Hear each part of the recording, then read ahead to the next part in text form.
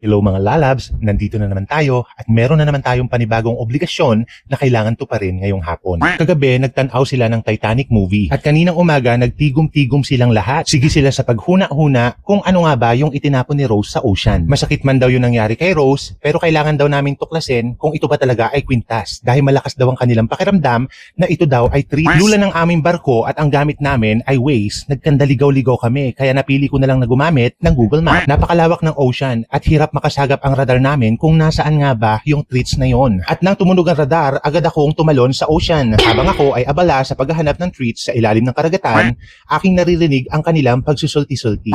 Sabi ni Polo, dapat daw siya yung unang bibigyan once na mahanap na ang treats sa ilalim ng karagatan. Sabi naman ni Astig, ay hindi po pwede, tiguan ka na. Dapat kami mga bagets ang priority dito. Sabi naman ni Apple, truthfully, una sa lahat tayo yung nagdesisyon na pumunta dito upang hanapin ang treats na yan. Agad naman ding sumabad si Polo sa usapan at ang sabi niya, pag hindi nyo ko pinauna, sige kayo, tatalon ako sa barkong to at bahala na yung mga pawikan at pating na maghatid sa akin sa kalupaan. At ang sabi naman ng mas nakararami, nabuing natuloy ako sa paghahanap ng treats at pakiramdam ko, malapit ko na siyang matagpuan. Pero kung hindi daw treats yung mahanap namin at ito'y kwintas, isasangla daw namin ito sa Palawan. At hindi daw basta-basta yung presyo nun dahil diamante daw yun. At maya-maya pa, boom, ayan, natagpuan na namin, treats nga siya, hindi siya diamante. Agad naman ako nagdesisyon na pamahagian na ang bawat isa. Agad naman nilang sinunggaban ito dahil napakasarap daw ng lasa. Lasang 1940s daw na binurong pagkain. Napansin kong nagmamasid-masid itong si Polo. Bakit daw mas marami yung ibinabahagi sa iba? Samantalang yung sa kanya parang nakukulangan daw siya kumpara sa usually na ibinibigay sa kanya. Kaya ayan, panayang ang tabay ng Polo kung kailan siya ulit mabibigyan. Masayang masaya ang mga lalab sa natatanggap nilang blessing ngayong hapon sapagkat sobrang sarap nga daw ng treats na ito. Popoy nga na medyo maselan sa pagkain, ayan, nag-aantay din siya. Maya-maya pa, napakalamyang kumain ng Popoy. Agad ko naman ulit binalikan si Polo upang bigyan. At binigyan ko na rin si Bruno kasi hindi ko pa pala nabibigyan itong si Bruno natin. At baka masabihan tayo ni Bruno na may favoritism.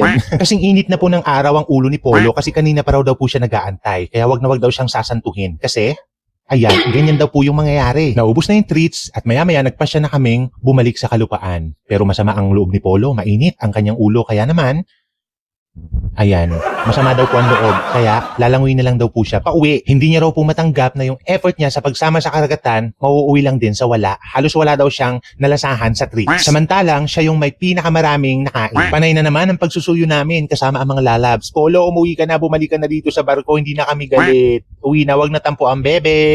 Dali na. Batid ni Polo na medyo matarik ang dalampasigan na kanyang dinaungan, kaya naman siya ay nagpasya na bumalik na lang sa barko. Pero hindi daw ibig sabihin na nakikipagbati na siya sa amin. Basta siguraduhin lang daw na sa susunod, maging pantay-pantay naman daw ang pagbibigay ng grasya. Para naman daw, mas maging maluwag ang aming pagsasama. At sa aming pagbabalik, naririnig ko na nagsusulti-sulti na naman ang mga lalabs at nagpaplano na naman silang manood ng movie. Baka naman daw kasi mayroon na naman silang madiscover kung saan merong treats. Sabi ng mga lalab, life is short, kaya sulitin daw ito. Ang lesson sa videong ito, iwasang mag-play ng TV sa gabi para walang matanaw ang mga lalabs.